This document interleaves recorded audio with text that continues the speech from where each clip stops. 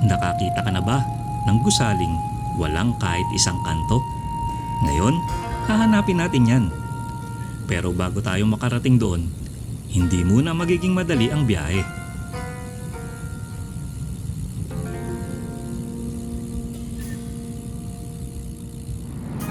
Una, tatawirin natin ang sikat na roller coaster ng Monday Road.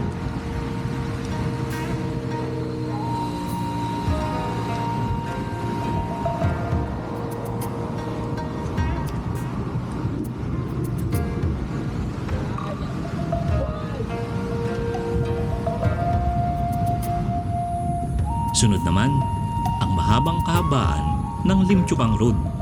Isang kalsadang parang walang katapusan.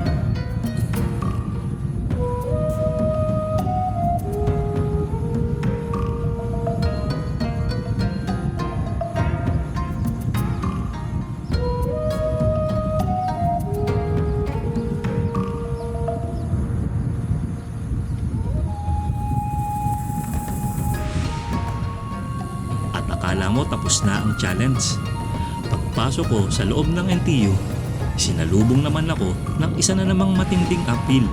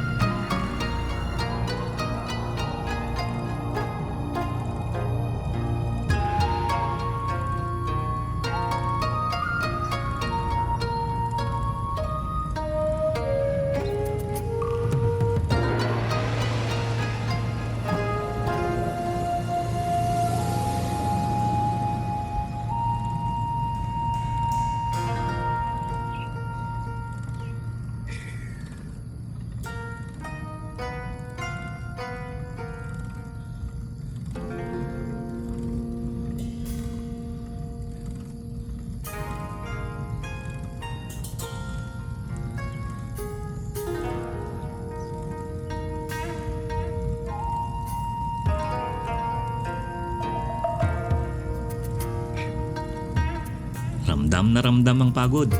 Pero alam mong sulit kapag alam mo may magandang destinasyon sa dulo.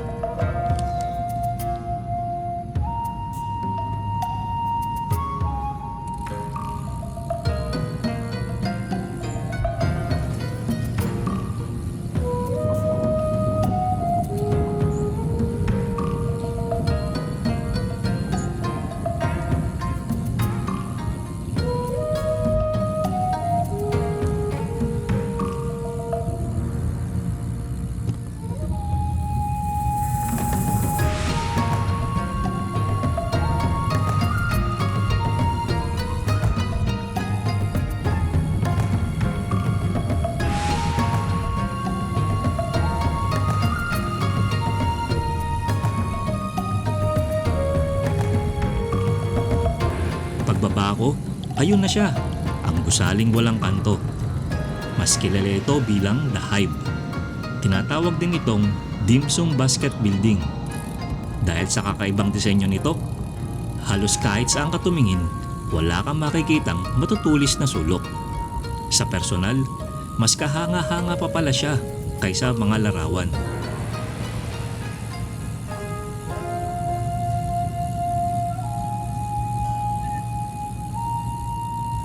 Habang nandito na rin, sinulit ko na ang paglibot sa iba pang magagandang lugar sa paligid, ang Chinese Heritage Center.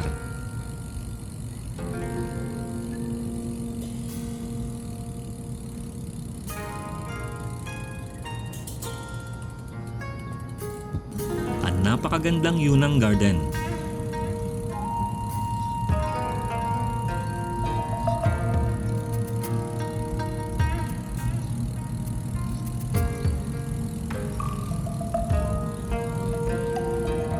At ang munting waterfall na nagbibigay ng tahimik at relaxing na ambience. Isa itong lugar na hindi lang para sa mga estudyante, kundi pati na rin sa mga mahilig magbike, mag-explore at tumuklas ng mga kakaibang destinasyon sa Singapore. Kaya kung hindi ka pa nakakapunta rito, baka ito na yung sign. para isama mo ang NTU sa susunod mong ride. Minsan, ang pinakamagandang reward sa pagbibisikleta ay hindi lang ang kilometro na natapos mo, kundi ang mga lugar na nadiskubre mo at ang mga alaalang nabuo habang nasa daan. Maraming salamat sa panonood. Ako si Bike Session at magkita-kita tayo sa susunod nating ride. Happy session everybody!